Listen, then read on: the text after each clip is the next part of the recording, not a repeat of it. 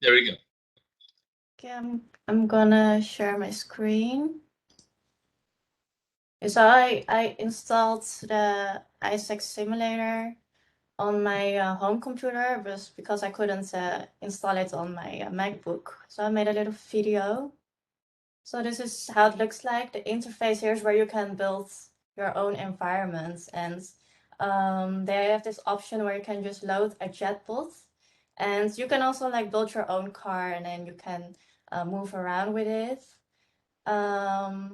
Yeah, here you can load all the different objects, and then here I'm gonna add like a shape, a cube, which can be an obstacle.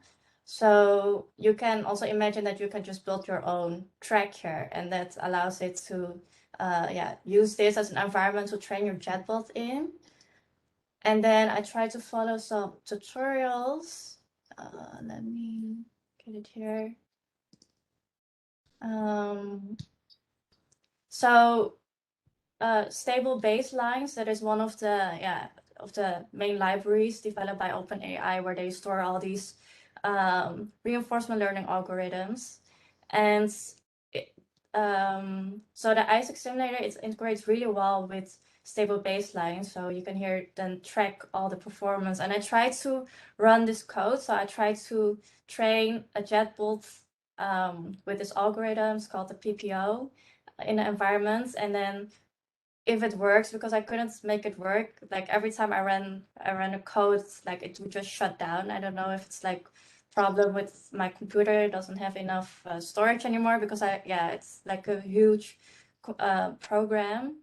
But here you can like track how it trains in the simulator, and this is like the camera.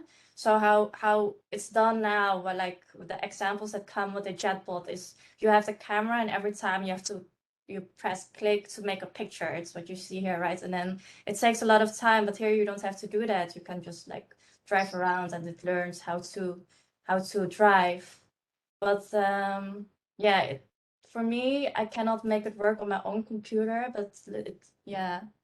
I think I need to try to install the Docker. Maybe it will work on that. But if Jeff can, if he has the GPU, maybe we can try to install the Docker on the cloud, because that's another option, that you can just install the Docker.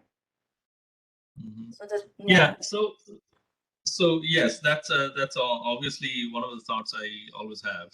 Can we install something on the cloud and allocate some resources on it? Hopefully not super high resource intensive. Right now, I mean, most of the things we can do within the budget, but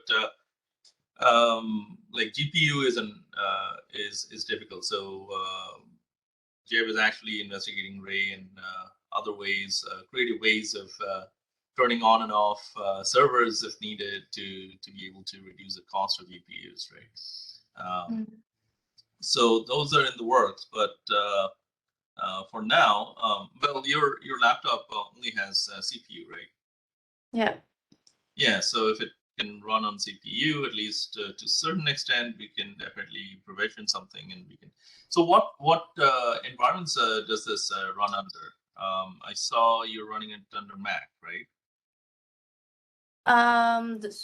No, I'm running it on Linux, because it only works on Ubuntu.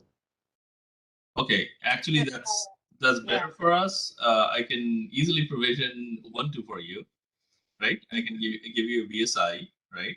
And then you install whatever is needed.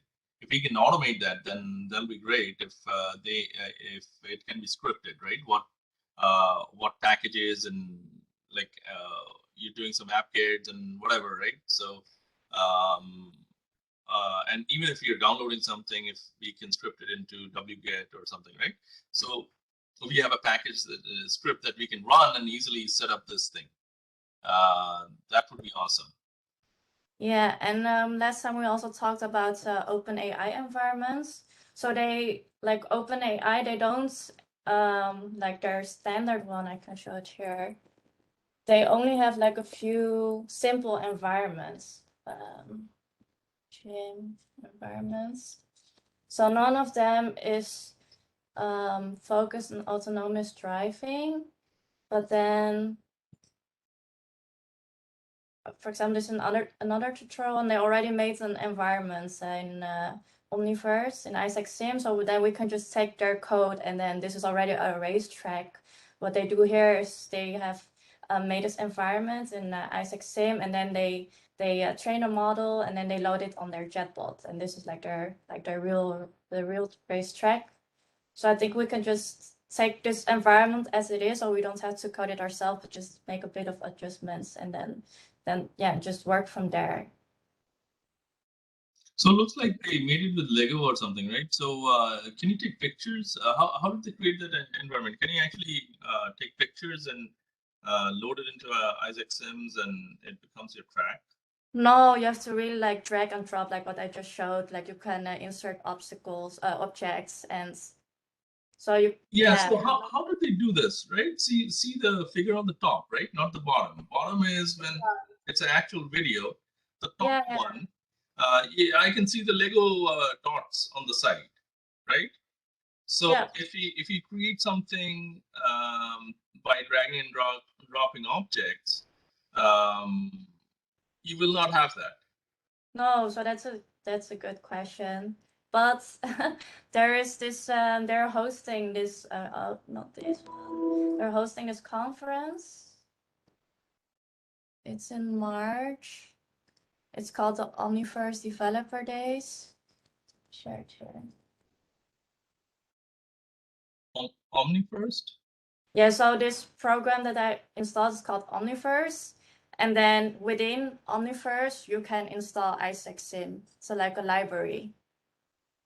And during this event, they have a lot of workshop and trainings on how you can work with the simulation. Now you can build a simulation. There are also some workshop on autonomous driving, and it's for free. So I registered for a few. This is awesome. Okay, can you paste a link on our Slack?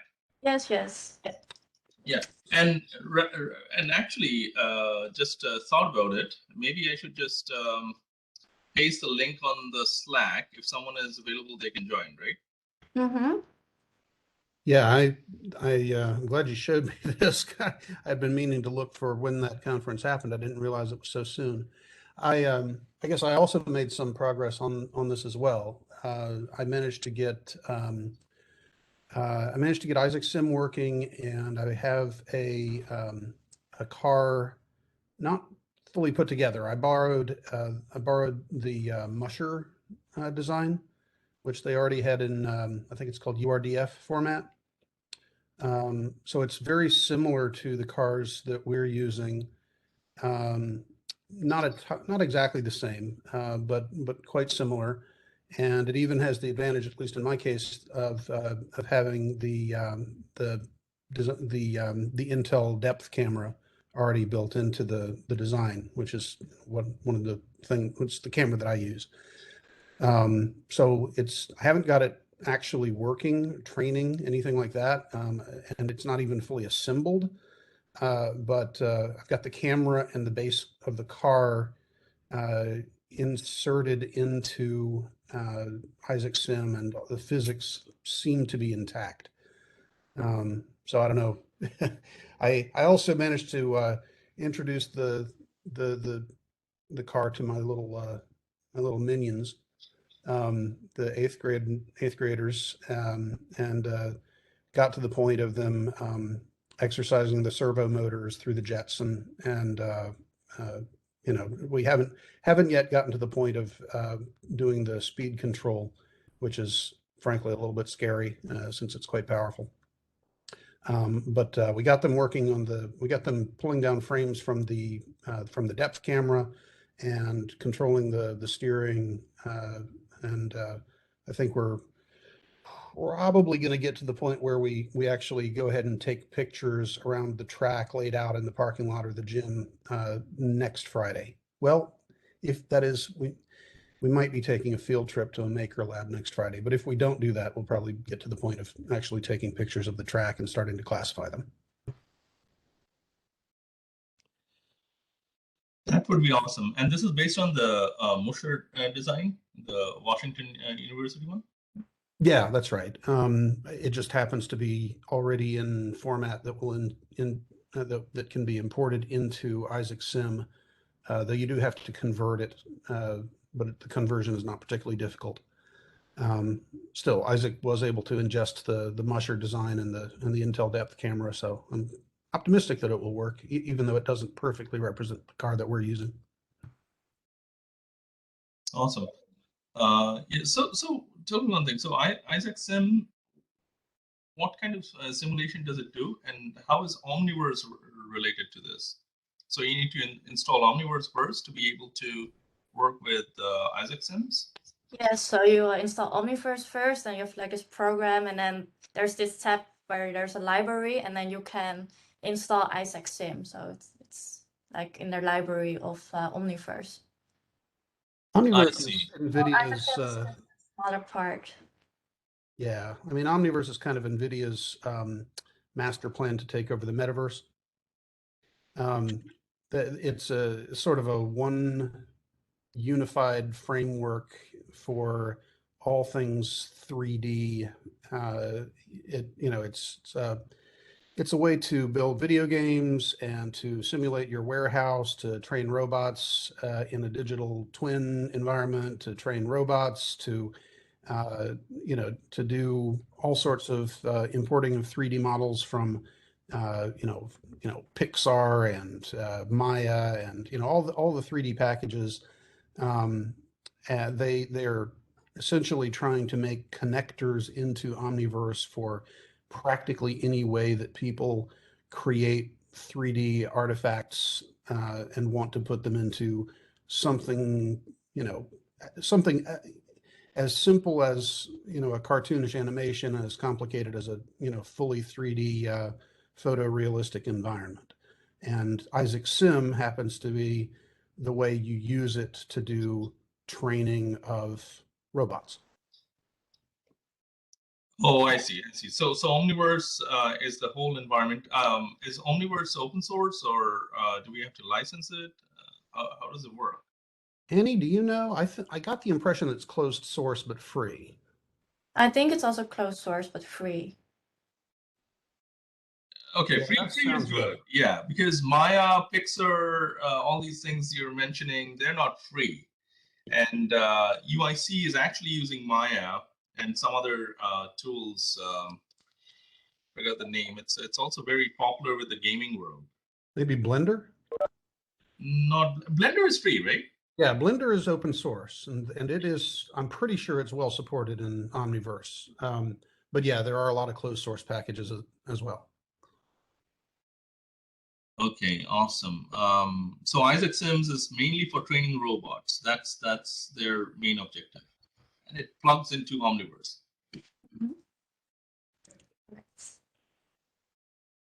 Cool. The cool And part about it there's really is. another one. Do you know another gaming platform? It wasn't. Oh yeah, there's a bunch of them. I'm trying to There's think. another one. There's the NVIDIA, not NVIDIA. There's oh gosh, the one that we actually worked with these people at the gaming company that does Fortnite. I can't think of the name of their engine. Maybe Unity? Is it Unity? Unity. That might be it. Yeah. Does Unity plug in here as well? Yeah, I think it does. Awesome, because the whole premise of UIC. So this is a little bit sidetracking into this, but maybe they'll be interested in creating simulator environments, 3D, as well as like immersive environments, right? For car simulation. Maybe, I don't know. We can talk to them. Yeah, I mean, We were talking about theater, so Isn't that so specific far-fetched at all. Isn't that specific to Apple's like Mac OS X? Unity, I don't think so. Annie, do you happen to know? I think UIC is using Windows. And welcome, Gautam. I think the Slack post helped. Yes, yes, thank you. Yeah. So sorry about that. I forgot to add the new folks into your invite. I was just talking about it to Annie and the others. Uh, if we had an automated tool that does everything, rather than me having to go and add and not forget. So sorry about that, but we'll add from next week. Okay. Sounds good. Yeah. Yeah. So Unity, I think they're using Windows at UIC. And I also see some interest from this other group I'm working with called Idea Shack, and they're doing startups. They're incubating themselves and trying to incubate startups.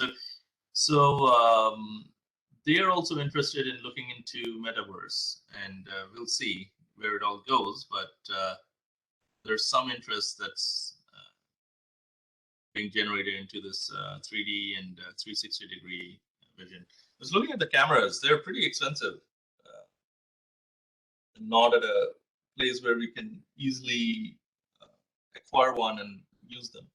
Depends on what you need. There's one that the one that I'm using is it's an Intel D435, and it's really, you know, top of the line, because it also includes an inertial measurement unit.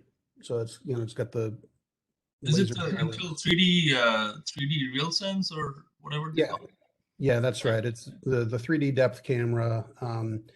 It has, you know, one color camera and two black and white IR cameras. It's got this infrared laser that throws out dots, thousands of dots, and it uses the differential, you know, binocular vision of the two IR / black and white So cameras with those dots. It has two IR and two visual range. Well, the IR cameras do get black and white in the visual range, but there's just one color camera. So it's one color camera, and then that's kind of in the middle-ish. But then there are two black and white / infrared cameras that look for the little infrared dots and use the differential position of the dots to sense depth. So it does that calculation for you under the covers, and you can just pull down a stream of you know, the color image in front of you, or you can pull down a stream of the depths, so the distances to everything calculated for you ahead of time. Okay, yeah. So I don't have one, but we were trying to use that for the telescope project. Cool. And maybe we can reuse that camera. It should be there in NC State. So why were we trying to use that 3D depth camera? Because Well, we have wanted to see if there's any obstacles as the telescope is moving. yeah, there's a couple of reasons for it. Well, one of the things that we had aspired to do, and we were hoping to do last year, but what with COVID, we just didn't have nearly enough bandwidth. One of the things you can do with this, in addition to just you know, the stuff we want to do with the race car, is to use it for three-dimensional mapping of your environment, and that's just really useful if you have one of these cameras that can collect a point cloud and do this, you know, visual inertial simultaneous location and mapping, or VI SLAM. And the camera collects just, you know, very good data for that kind of thing. And one of the cool things about it is, if you can get it working, it's pretty bleeding edge, but if you can use the car, you know, driving slowly back and forth through an area to give you a good, you know, almost photorealistic representation of the area where your track is, to put into Isaac Sim, so that your 3D environment in Isaac Sim is a perfect representation of where you're actually going to run the car. And that way, you know, you don't have to, you know, don't have to do it all manually by creating an artificial environment in Isaac Sim by hand. That would be wonderful, actually. So let me ask you this. So the problem we faced with the Intel RealSense was, yes, it gives us data. It gives us actually too much data, and it's very difficult to determine how the telescope is actually moving. So our concern is the telescope tube not crashing into its own stand or some other things, right? So people are usually careful of like when using a telescope, they don't want to destroy a $10,000, $20,000 telescope by putting something right in its path, right? But the problem is there's no control built into the mechanism of the telescope in the firmware and the motors or anything that will restrict it. If someone sends a weird coordinate, maybe pointing in the southern hemisphere, though the telescope is in the northern hemisphere, it's going to turn and crash into itself. So yeah, this is something that we're going to have to deal with in the cars as well, because the servos can be commanded to go past the limits that are safe to go past. So one of the exercises I took the students, my minions through this past Friday was very, very carefully dialing in the limits of the servos. See, I have not just the steering servo on the car, I've also got a pan tilt. The Intel RealSense is on a pan and tilt gimbal. But if you take it too far in either direction, it will break the 3D printed pan and tilt mount. So we very carefully, dialed in the limits that the servos could safely travel, so that we build into the program, the control program, that it's allowed to travel within these limits, but not allowed to go past them. And effectively, you're going to have to do that with the steering servos of the car as well, because it's got a powerful steering servo, and I've already cracked a piece just accidentally, telling it to go too far to one side. yeah, so I was telling you, right? So one of the problem I was having is the motor was getting too heated up. But anyways, so yeah, but we can limit those things, right? So it's not built into what the code is doing today, but building limits on two ends, or at least the upper end is definitely not a problem. The question really, Jib, is how difficult is it to calculate? Because we gave up trying to calculate 3D positions and how the telescope was moving. And then, so we started with the LiDAR, then we went to RealSense, and then that effort is still going on now, manually mapping no-go zones for a telescope. Maybe we can take that offline, but is there some way of determining? I'm happy to help. obstacles? Yeah, I mean, from what I understand, I've done not very much study of the subject, and it's probably not directly relevant to the car project, so maybe we should take it offline. But the short version is, I would use an IMU to get a decent approximation of orientation in space using magnetometer and gyro, and then use a star camera essentially to dial it in rather than LiDAR. That was exactly the idea. Let's take this offline. This is going on for almost 2 years now. This whole idea, trying different things. Obviously, LiDAR is not a solution for telescopes. It throws too much light. Anyways, let's take this offline. It's a subject matter on its own. Yep, sounds good.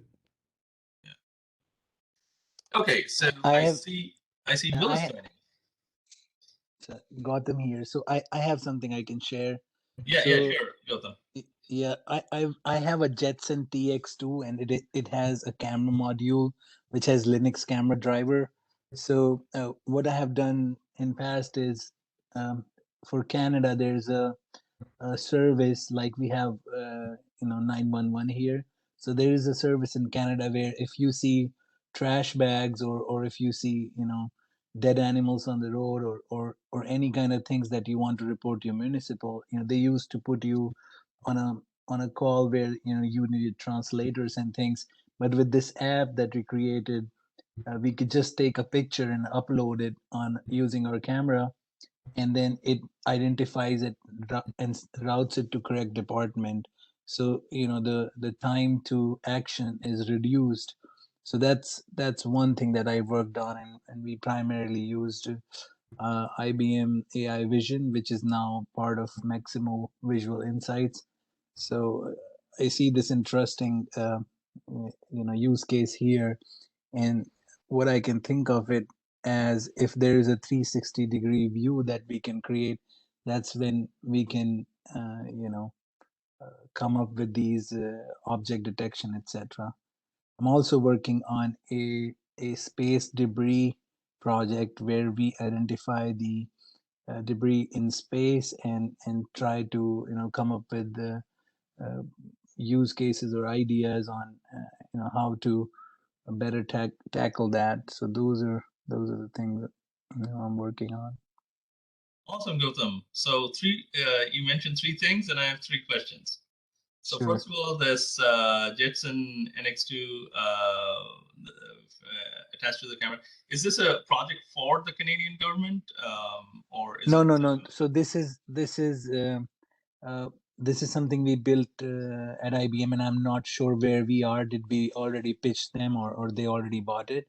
But it is like a fully functional demo, ready to showcase. Awesome. It's like a MVP we built. So. Okay, awesome. So, Yeah. Who owns the IP? That is the first question. So, can we So, use any of that work or not? I think we can use, and it's all internal IBMers. So, can we open source it? I would have to double check on that. Okay, let's get in touch with the guys and work out the IP issue on that, right? And Sure. maybe we can use some of it. Even if IBM wants to keep it closed and keep it free, we can still use it with the universities. Second of all, this AI Vision Maximo thing that you were mentioning, right? Did you use that for this project or something else? So we use Power AI Vision for this project. The Jetson TX2 is a separate one where we have the camera module that I can leverage to do simple vision training.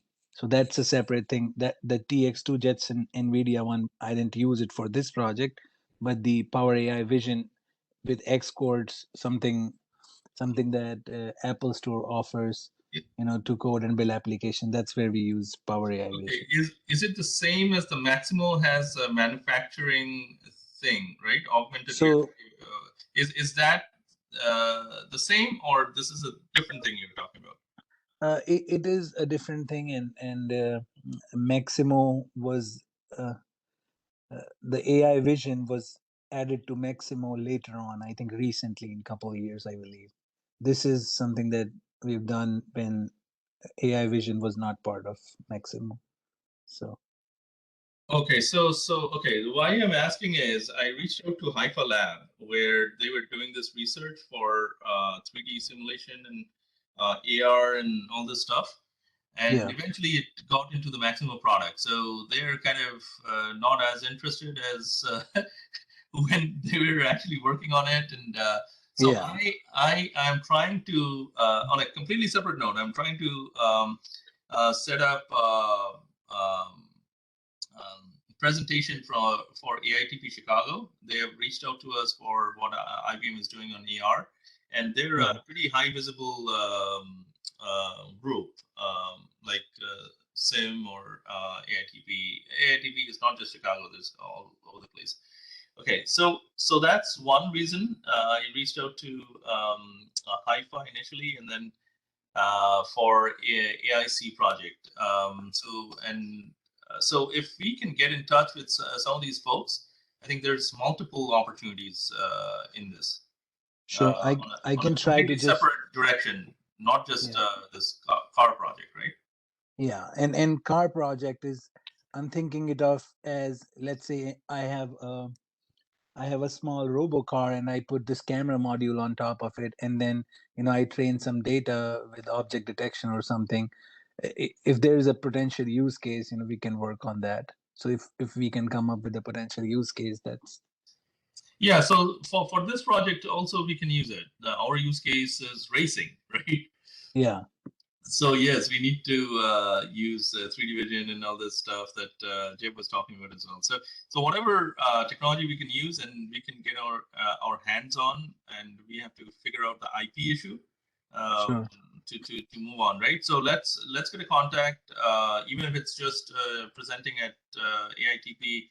Let's start there and then go from there. The third thing you mentioned is space debris. Whom are you working with on space debris? So there is a whole AOT setup for space. It's called AOT Space Tech, and the people Are you are. working with Naeem Altaf? I think that is the name. You're right. Okay, awesome. Okay, so it's the same project. Yeah, Naeem is working on space. Yes. Naeem and Georgia Koludov and That's interesting. Is Jeff. there I'm sorry. Yeah, go ahead, Jeff. I was just trying to ask whether there's a tie-in to the robotics and AI work for space debris. Yeah, Yeah. go ahead. I think there is. So they are like multiple modules there. What they're trying to do is, I'm leading the client reference part. So my part is where I get the clients like Disney or any other movie company who are interested in going to space and trying to try to shoot some shows. Something like Tom Cruise is doing. That's one potential customer. Another customer would be somebody related to tourism, or another one is somebody interested in like our telecom companies interested in building something like Starlink. So these are potential use cases or clients that I lead. Then there are like they have segmented it into like three of those. So one is responsible for finding the hardware and just summarizing all those details. So I think the way they're organizing this initiative is really nice. So and the debris one was interesting because we want to create some IP over there where we are able to identify, okay, this one particular metal is something we can identify, or this is floating, something we can come up with identifying or distinguished what it is and what it is not. So sometimes take a picture and just train it to a particular pattern which identifies the kind of metal it is, and then just gives out the output. So that kind of Well, work. don't tell us too much if you're planning to patent it. Well, I'm but looking for a team to work with, and I'm having a hard time people getting in. So if you are interested or anybody here, I mean, I'm willing to share and work. So yeah, well, I would say I'm happy to help if I can, but if you are planning to patent it, Naeem and we run the IDT that evaluates space patents. So you might don't include more than one of us on it. got it. Yeah, I haven't spoken about parenting to him, so probably I'll reach out to you. Okay. Hey, Jeb, I didn't know you guys at the patent were in the patent board for space. Yeah, I started it up last year. I'm chair, Naeem is co-chair. I think the plan is once he's a master inventor, I'll probably hand over the chairmanship to him. Awesome. We need to look into the other one, which is the Cognitive Telescope network, right? We were talking about moving things, right? That 3D vision thing, that's part of the Cognitive Telescope network. So that's also registered in the space thing. Cool, great. Yeah. So Yeah, we can have an offline discussion on all that. Yeah, let's touch base later today if you're free. Yeah. Today is crazy. Yeah, whenever. We'll talk. Okay, sounds good. Definitely have some free time today. And you have our other call on Wednesday or Tuesday? I think it's tomorrow. It's tomorrow. Okay. Yeah. We can chat. That's no problem. Okay. Cool. So the other thing that I wanted to bring up, Annie, since you're also working on the Isaac Sim thing, I haven't looked into it very much yet, but I'm hoping that the Ray system, once we have it, might be capable of deploying Isaac Sim headless nodes so that you can do multiple parallel training within Isaac Sim. I don't know for sure that that's possible. I haven't found any documentation showing that anybody has done it yet, but in principle, it seems like it ought to work. Yeah, I'm not sure if it would work, but I think one of the main goals of Isaac Sim is that you can work on it together. So my feeling would be that it would be possible, but I'm also not sure. I have to look into that. Okay, well, I'll keep working on primarily on Ray and a little bit on Isaac Sim. And maybe I'm hoping the Ray thing will work with GPU today. I feel like we might be close to the breakthrough. So anyway, if we do manage to get it working, I've got a couple of other things I want to get running first, but then maybe you and I, in some time in the future weeks, we can see if we can get headless Isaac nodes working on Ray. Yeah, yeah. Sounds good. That would be awesome. Yeah. Cool. And did you take a look, Jeb, if we can turn off the GPUs on and off to avoid cost? It's still not completely clear to me. I was just warned by Pavel, the guy on the Code Engine team.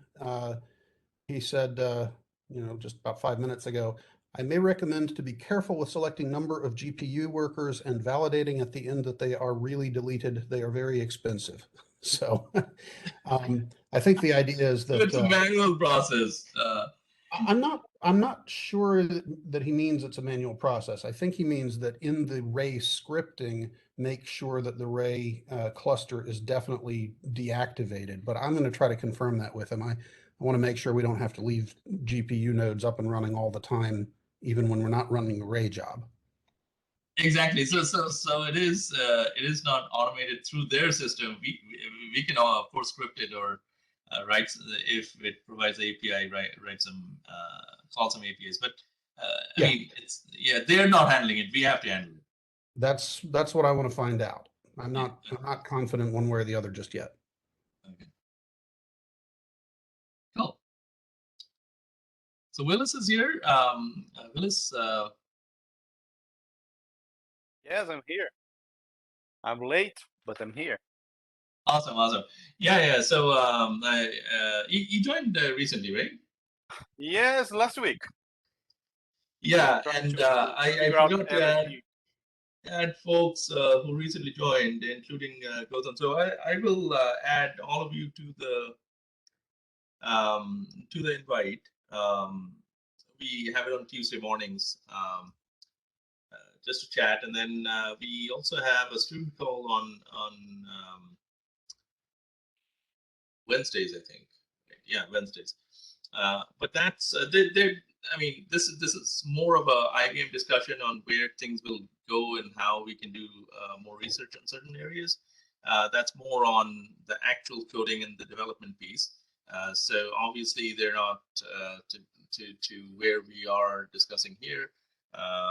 But it is very essential to getting things started, and as we research more, we'll push things down to the students. Okay, so that's the idea. Okay. Okay, Corey. Nice to meet you, all of you, and congratulations, Annie, for the day. Sorry? Congratulations for the International Women's Day. Oh, thank you. Yeah, it's International Women's Day today. So yeah, we had some events at the headquarters for International Women's Day. Cool. The Netherlands, yeah. But welcome. Awesome. Corey, you want to add something? Yeah, sure. So I think I mentioned last week I signed up for this DIY Robocars autonomous race.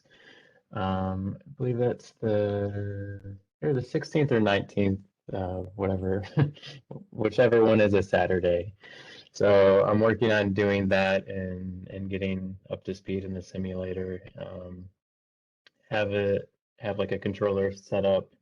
Is actually a bit annoying to get one working on Linux, but after in the next few days I'll work on training the model. So the simulator's running, the controller set up, I can control the car with the controller itself. So on to collecting data and like figuring out how to work with the simulator a bit.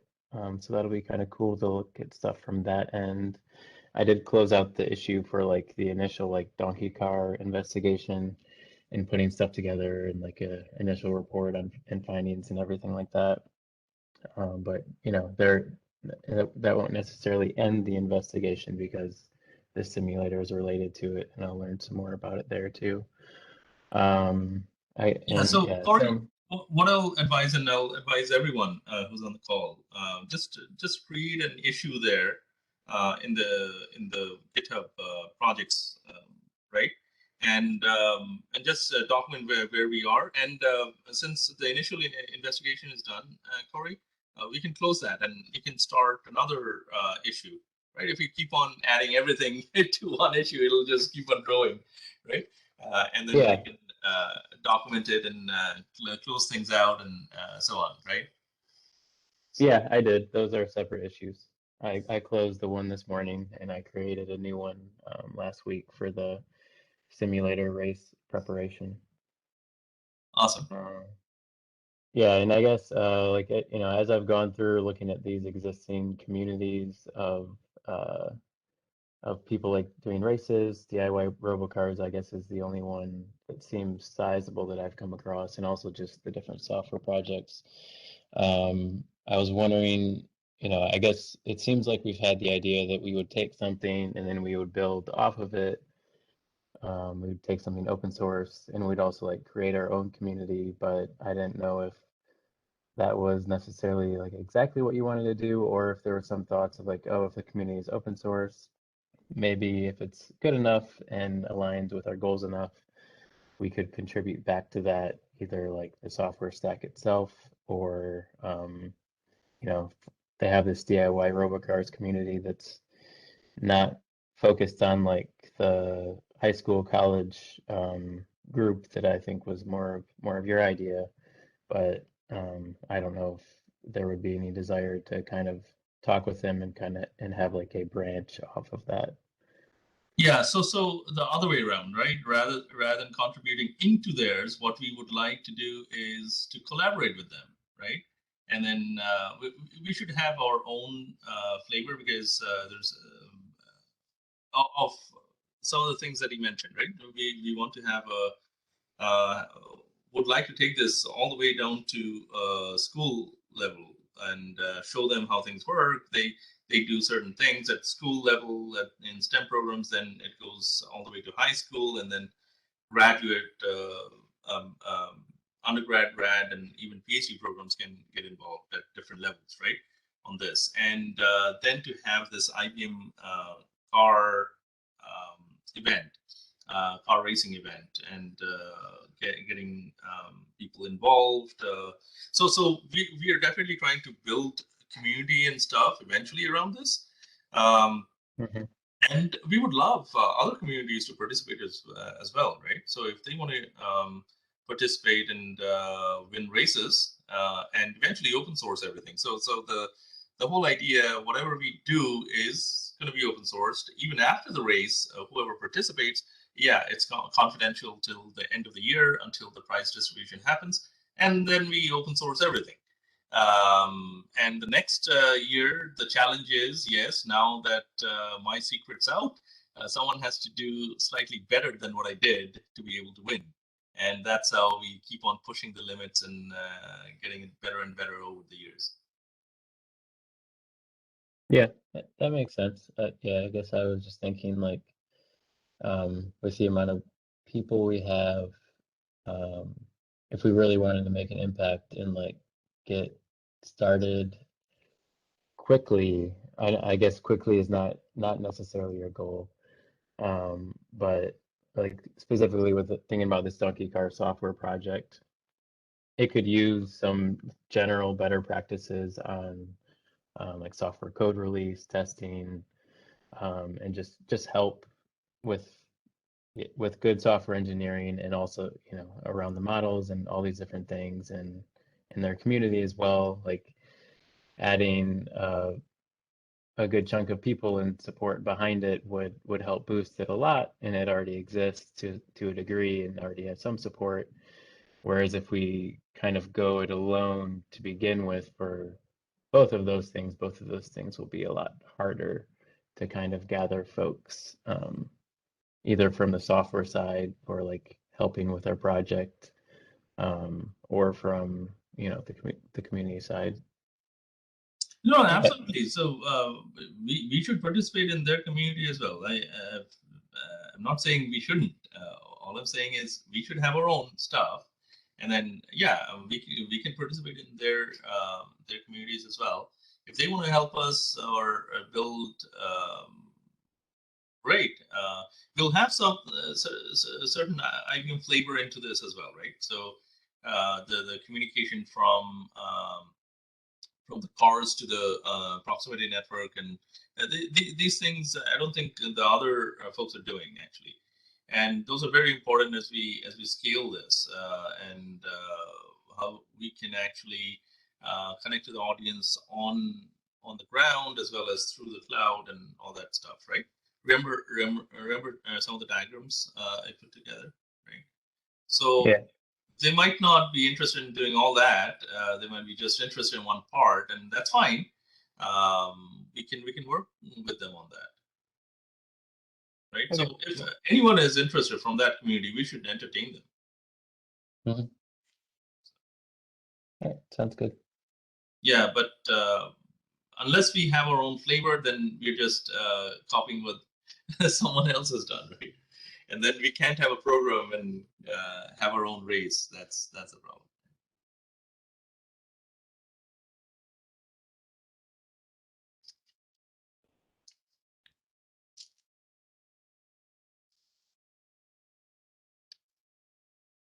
Okay, so what else is going on? So yeah, please let's take a quick peek as we always do towards the end, and see what's there on the project dashboard. Please keep updating this. It's a pretty good way of keeping things in sync and just taking a look at a glance what's going on, right? Let me start sharing.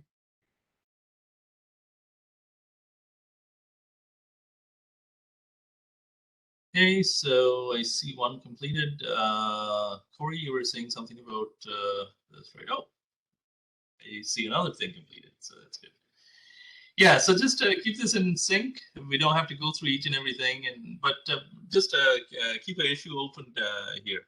So at least like 6 months from now, we forget what we did. At least there's we can go back and take a look. Okay.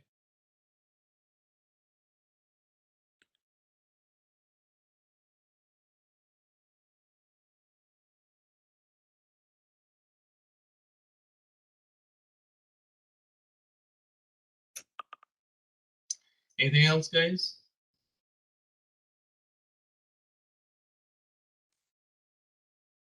Okay.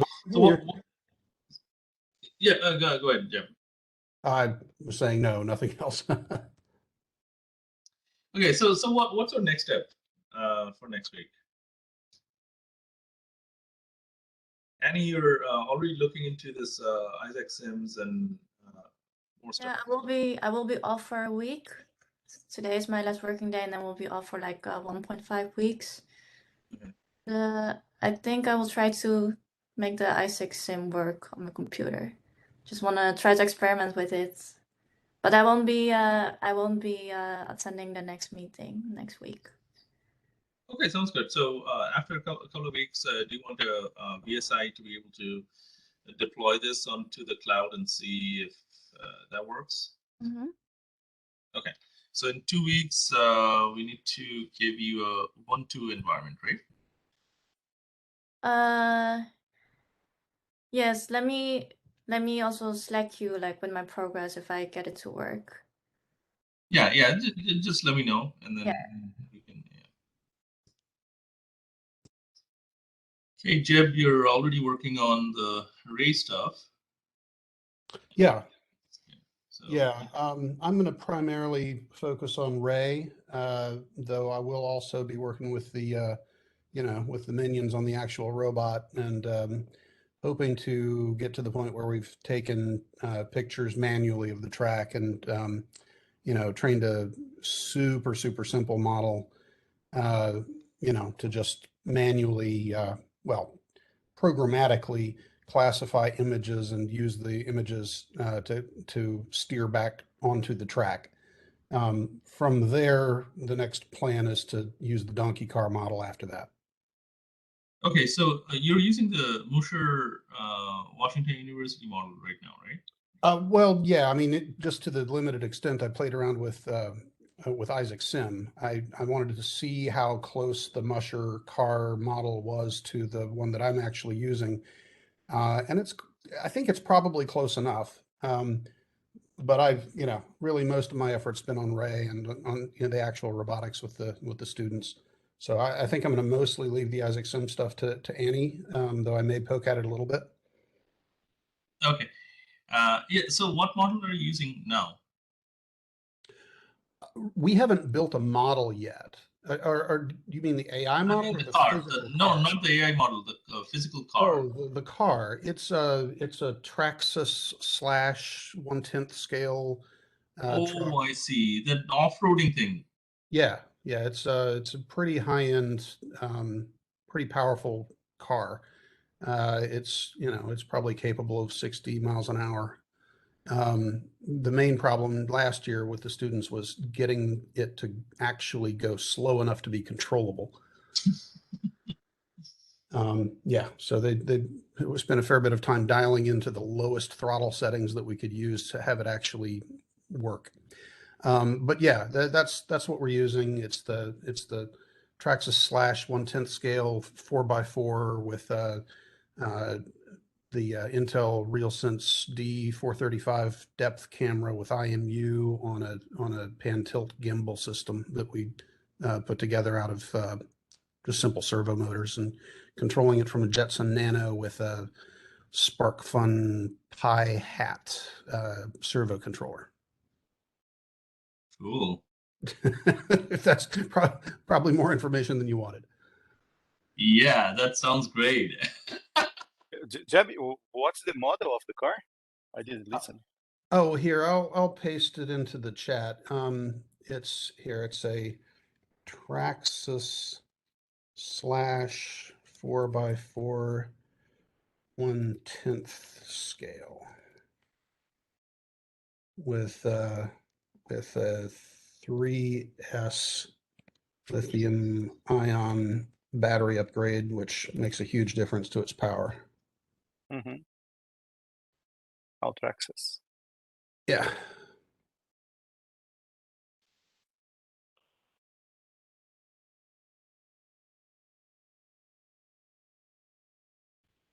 Yeah, I really need to get I really need to get a new smaller battery, just because with the original battery it's a bit more controllable. My original died, so I got to order a new one.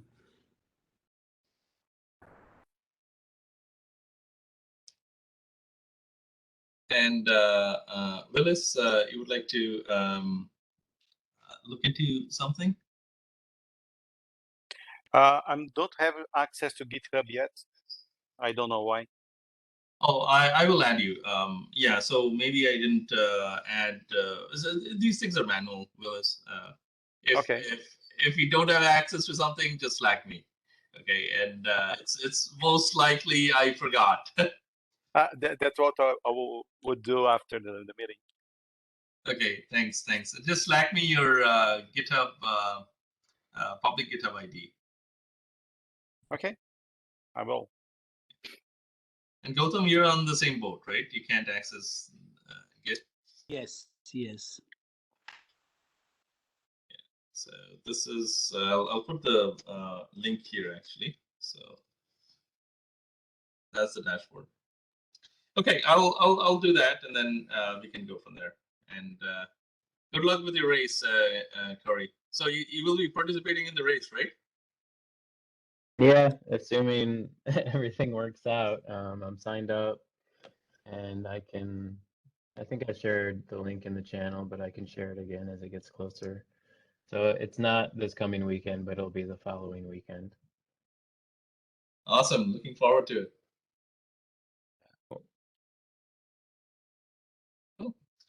Cool. Thanks, everyone. Okay. Thanks, everyone.